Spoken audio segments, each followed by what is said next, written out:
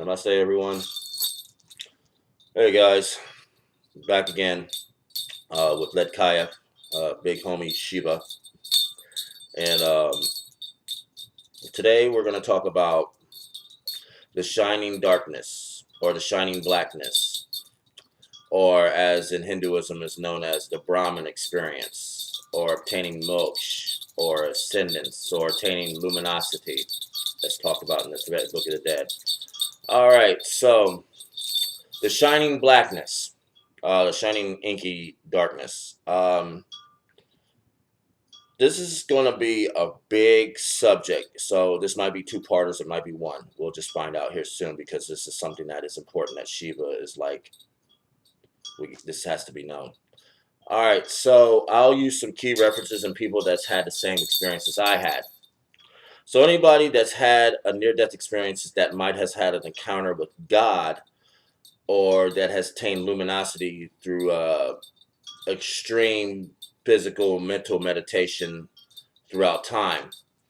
The shining blackness, it's a dazzling like type of darkness. It's like shining black wispy clouds. Well, anyways, when I had my first near-death experience, not the first one when I was 3 years old, when I killed myself by electrocution from a light socket, so I don't remember that one. I just remember being in hell. So on March 21st, last year, 2015, is when I had my first death. Oh, actually my second death. And what had happened was,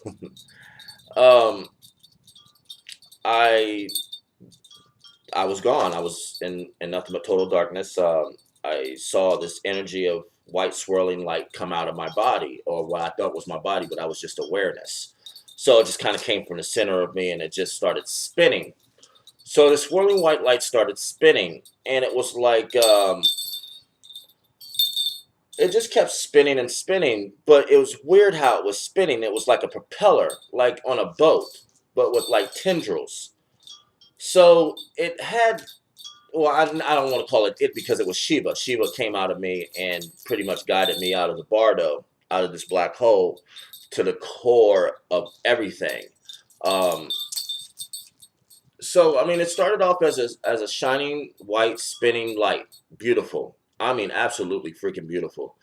And it's prana energy, but this body had like, it had like a head and like a kind of like a thorax, and it had like, how many tendrils did you have, Mahadev? Was it? I know it was like more than 4. Was it 4, 5, 6? So he's saying 6, and it was about 6. It looked like 5 to me, but it was 6, and it was constantly like propelling, and he would like travel up. So it was like he was swimming, because I could see the front of the swirling white light, which is like a head and a thorax. And then like at the butt of it was just this spinning propeller. And it would spin and spin and spin. And then it would speed up and speed up. And then it would slow down. And then it would go up and speed up and speed up and speed up. And so it would have these animations of like propelling. And like he would slow down, he would swim, you would see him, and he would just go and swim, swim, swim, propel, propel, propel. So I'm watching this propelling, spinning white light of this like head, body, thorax, light energy being. And at that time, I didn't know it was Shiva or nothing. I just thought it was like a guiding light. So I just kept focusing on it. I kept watching it and watching it and watching it. I'm like, this is this is something totally different. And I never experienced anything like this in my life, or even in my meditations. So it just kept going up and up and up, and then all of a sudden it just kind of faded away, and I'm like, okay, that was cool, and I'm just still aware in this blackness, and I'm like, okay, so where did that white light go? And this was I was thinking consciously. I didn't have words, so I wasn't really speaking, but only from my mind. And I was like, where did it go? And then all of a sudden, as soon as I thought about it, it appeared right in the center. So the same white light, I knew it was the same white light, swirling white light that appeared, and it just centered right like in the field of my vision, like right dead to the center. And as I looked at it and focused on it, I'm like, there it is. And then it just opened up. I wasn't in this plane of existence anymore. I was somewhere else. I was totally in another like reality. And guys, it was like a shining, cloudy, multi-layered, shining blackness. And it's like it's like clouds, but like silvery, shiny, chromy, blackish black. It's very hard to describe, but I can draw it in detail, and it looks like billows of silvery, shiny black clouds stacked on top of each other.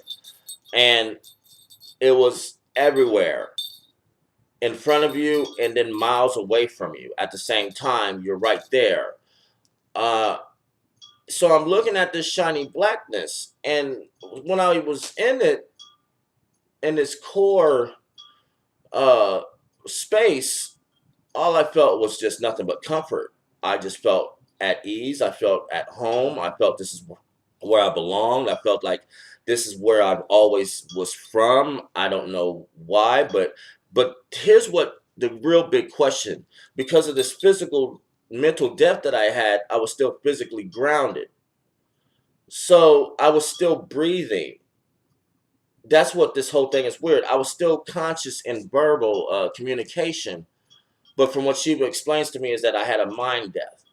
So the first death when I was 3 years old was physical and mind. This second one was mind because I was dead to the world. I was totally exhausted. I couldn't lift a finger. I was working 2 triples for 2 days, working my food truck and a full-time job. I was dead to the world. I told my wife, Stacy, I'm going to go upstairs and I'm dead. I'm going to go to bed, but I'm going to meditate before I do. As normal as I did from March 1st up to the 21st, and this was the 21st that night. So as much as I was not coherent to stay even like awake, I still meditated. But what I did was I emulated my death. I fooled the quantum field into thinking that I was gone, but I wasn't because I was so physically done with my body. I was in suspended animation. And the only thing that I could do was breathe, but everything else stopped moving, except for the movement of my head and my mouth. And my mind was no longer here because the style of meditation I do is like dark room blindfolding meditation. And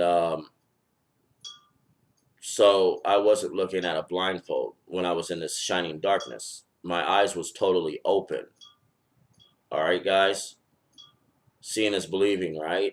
You know, if you blindfold yourself, you're just going to see nothing but blackness. But when your eyes are still open, you're still going to see nothing but blackness. But then all of a sudden, this portal opens up after following the swirling white light, and then I'm in this space of this inky black, wet, shining, beautiful darkness.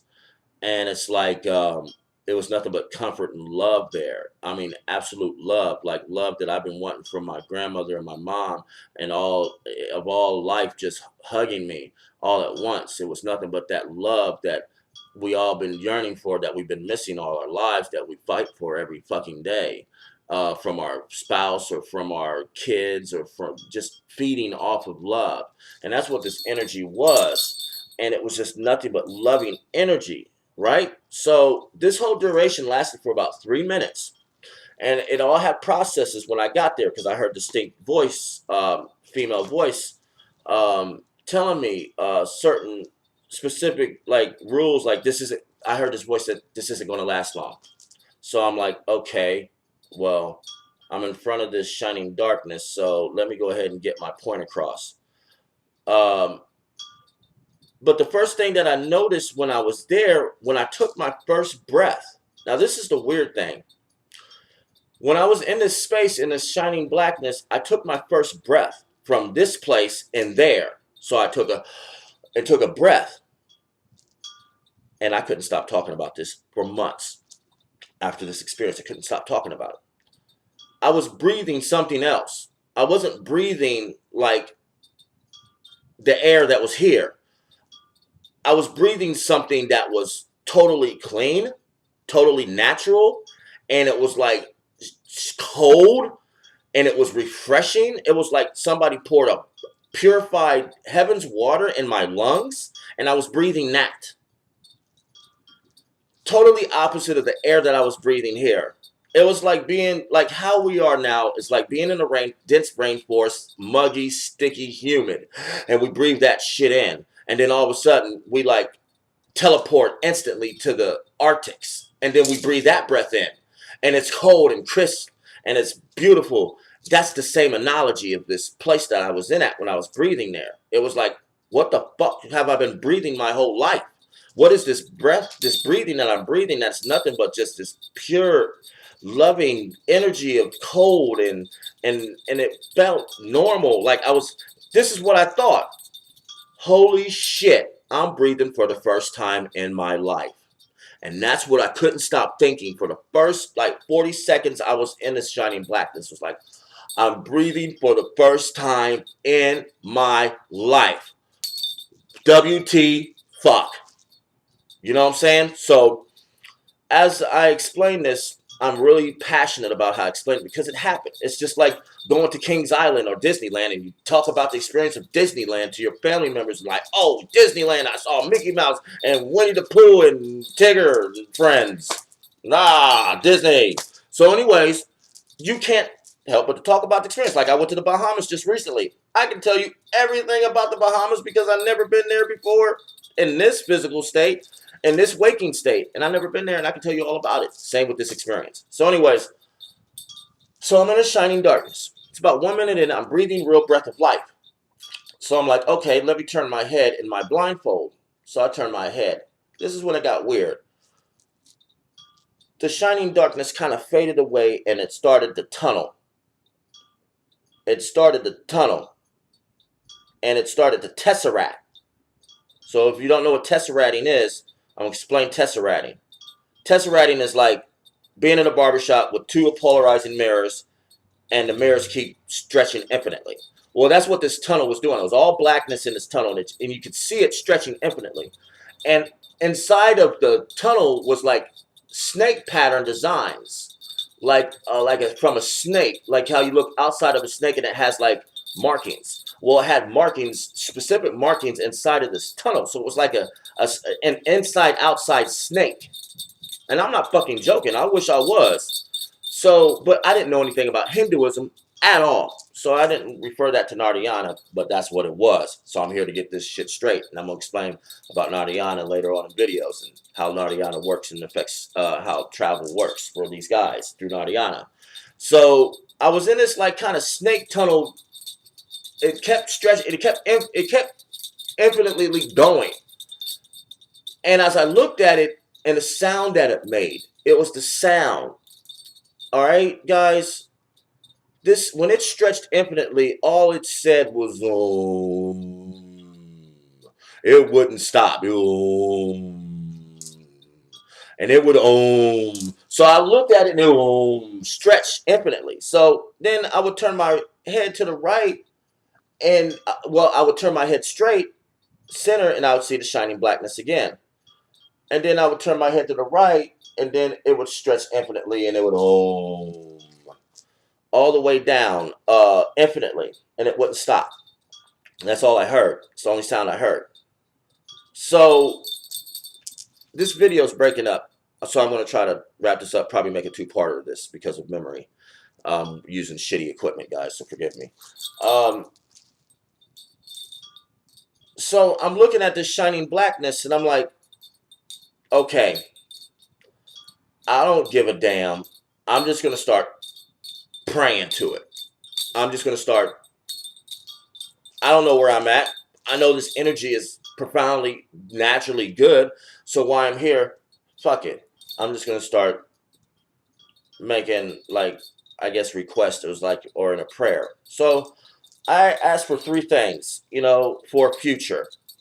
And when I would speak it with my mouth, I would see my prana energy, and it would shoot off like a missile. Like it was just nothing but fire. And it would just go into the shining darkness. And the shining darkness would react to it. And then all of a sudden, as I made my request, as my prana would go into it, but then it was like a mergence of conscious thought that went straight into my my brain. It was like, as I would speak to it, it would speak back to me, but it wasn't words. It was just thought. And it was like a bunch of words at the same time telling me, and this is the best way I can translate it because you know it. When you're with these guys and they talk to you in your mind, you know exactly what the hell they say to you. And it don't be like words, it be conscious thought, and you know what the hell they say to you. So he was like, or they was like, I was asking for a future for my son, and the words that would come back. So forgive me as I say this, because it's going to be like a bunch of information that they were giving me in just one thought. So that basically it was like, you forgive me for my language, because this is how I felt when I got that energy from them. So I'd say, hey, thank you, please, could you help me out in the future for my family? I can take care of my family, and I can get my son back in my life. And then I would see my prana go into it, and the thought would come into my head instantly, and it was like, you ain't got to worry about shit. We got everything covered. You're already straight. You're fine. You're fine. You're good. You're good. We got your back. And a bunch of words, more than that, in like a second. So I'm like, okay. So I started asking about the success of my food truck, and they would tell me the same thing. Like, you ain't got to worry about that food truck. Everything's fine. Everything's taken care of. You ain't got to worry about shit, dude. But we got your motherfucking back, dude. We got you. So I'm like, and it was assuring. It was assuring thoughts like, wow, I feel better. So I made my third request about, a bunch of stuff about life, all for everybody to be on the right track, stop the killing, peace, and all that. No war. I don't know. I forgot the last request. And they said the same thing. We got everything taken care of. You ain't got to worry about nothing. Everything's good, dude. We got your back. Everything is fine. So I'm like, cool. So I heard the voice she said again, this isn't going to last long. So I'm like, and I heard it distinctly. So I'm like, okay. I started thanking it. I started thanking it. I didn't care. I've seen everything in my life. I seen my people get shot up. I've been involved with all kind of stupid ass shit. I've seen demons. I've seen a lot.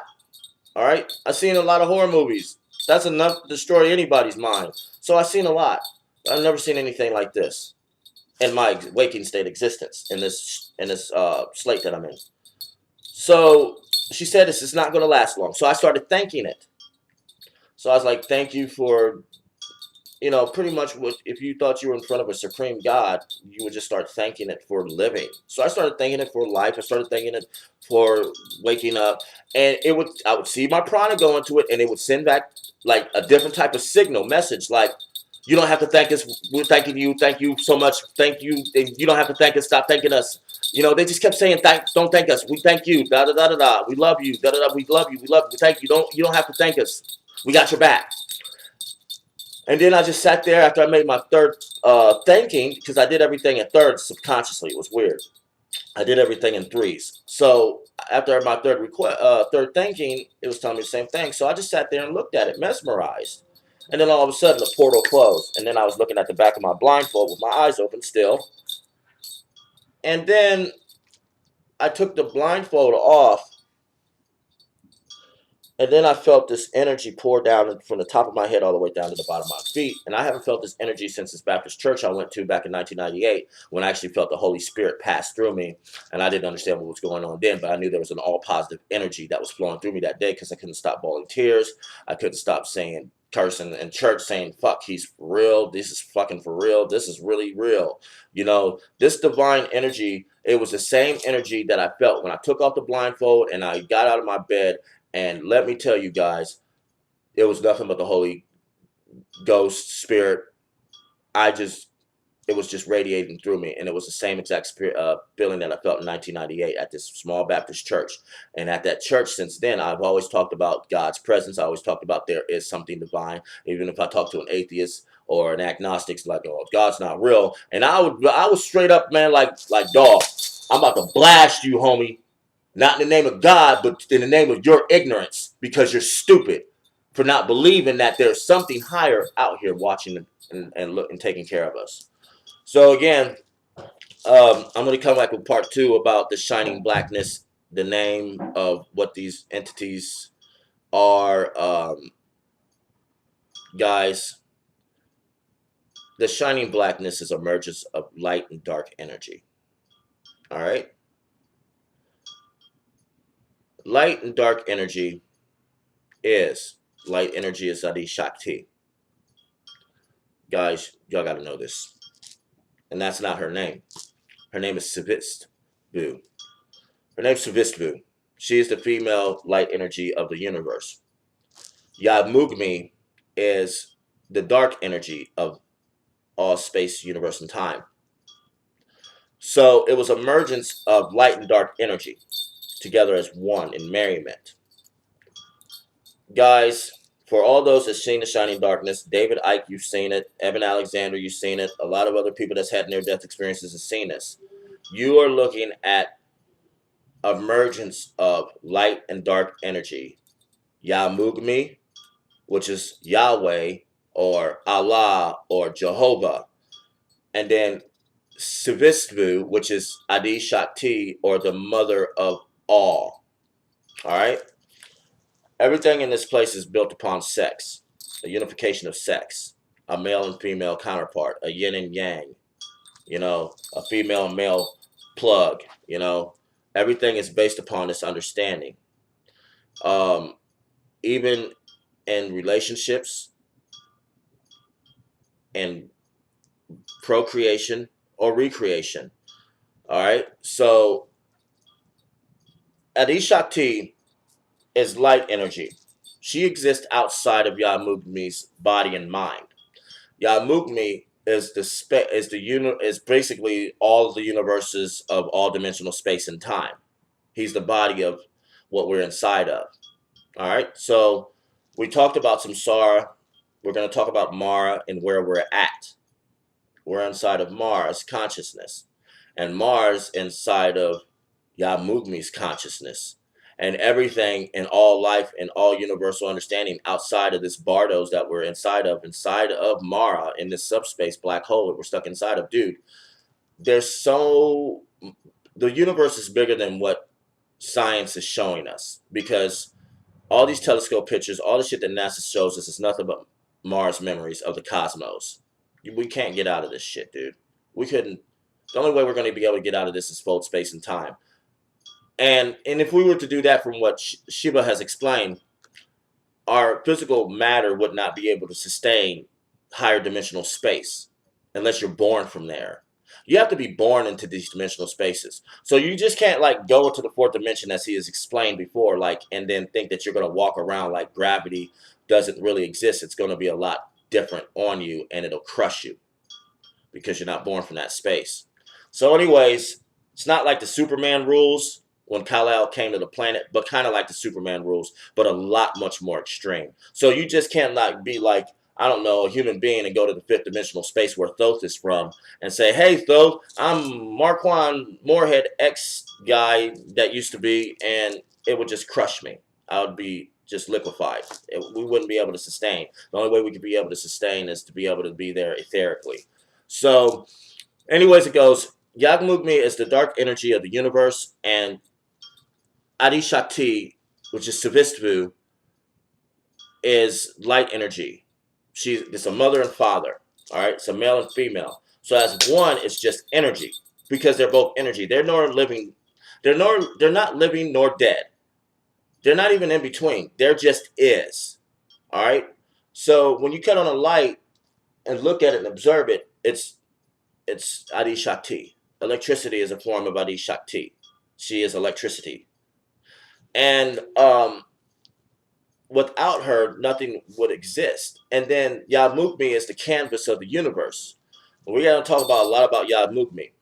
Yahmugmi is the artist. He's an artist. And this is what Shiva cannot stop talking about, is that Yahmugmi is an artist. Everything in this place is about artwork, paint. These guys like anime. These guys like Disney cartoons. They love freaking cartoons. There's a cartoon reality in the 10th dimension. I know about all dimensional spaces. So that's another video that we can't wait to talk about, which is explained from dimension 0 to dimension 13, because there's only 13 dimensions, and it starts at 0 all the way up. 0 is, we'll get to what 0 space is. So anyways, Yahmugmi is pretty much the shining darkness. That's God. Now, it's a trinity. So we only have two.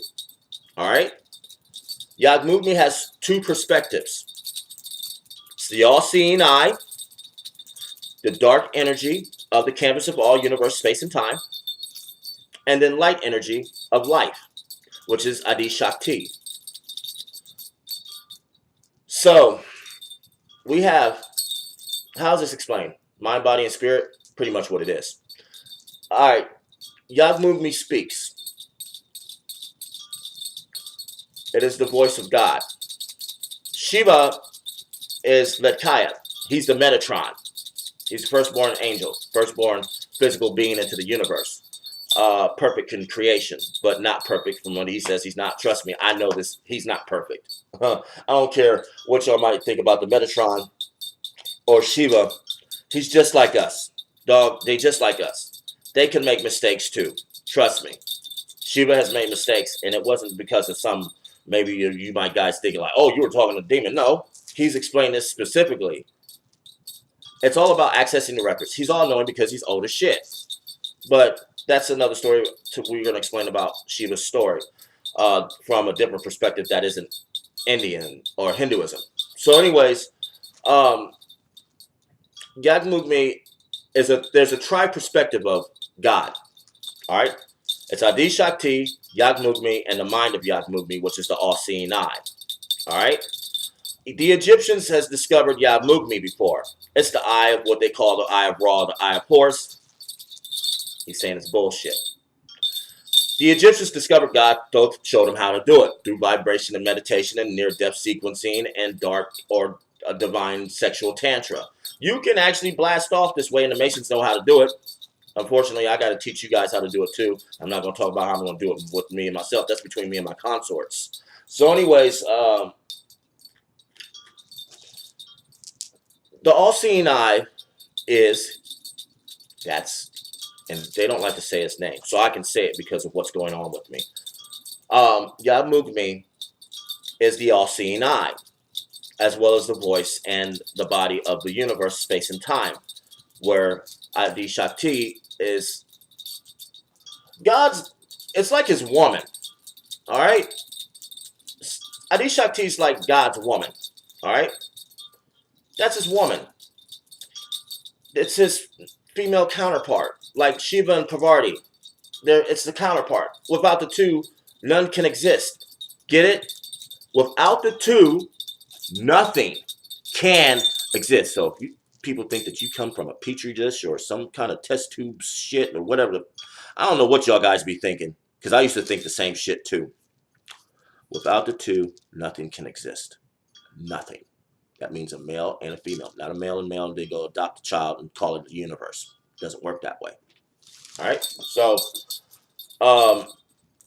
as I wrap this up, Yahmugmi is the all-seeing eye, and he is the voice. All right. And when you have your near-death experience, when you're in front of the shining blackness, you're looking at Adi Shakti and Yahmugmi as one.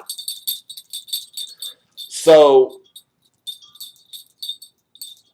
guys, as much as I would like to get everybody to have this experience, I swear if everybody did, this world would be changed. No more war, no more violence. It would be totally, we'd all become Superman.